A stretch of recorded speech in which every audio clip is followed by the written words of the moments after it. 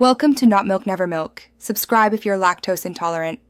You start by opening the image and immediately duplicating the background so you keep a backup.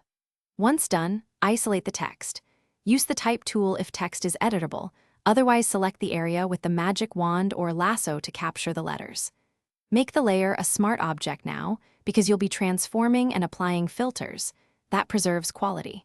As you work, keep layers named clearly so you don't lose track of what's editable versus rasterized. You'll now change the text itself or replace it.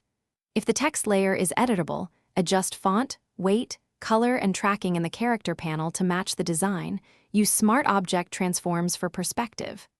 If it's rasterized, remove the old letters with content-aware fill and refine edges with the clone stamp and healing brush. Then create a new type layer, type your text, and use Free Transform to scale and skew so it fits the original plate. Finish by matching lighting and texture so the new text blends naturally. Clip curves, hue/saturation, and levels to the text layer and tweak until brightness and color match the background. Add subtle layer styles like shadow or bevel for depth. If edges look too sharp, apply a slight Gaussian blur and noise to match grain. If alignment or perspective is wrong, use warp or puppet warp, and if the fill looks unnatural, revisit clone stamp and refine masks to fix seams quickly.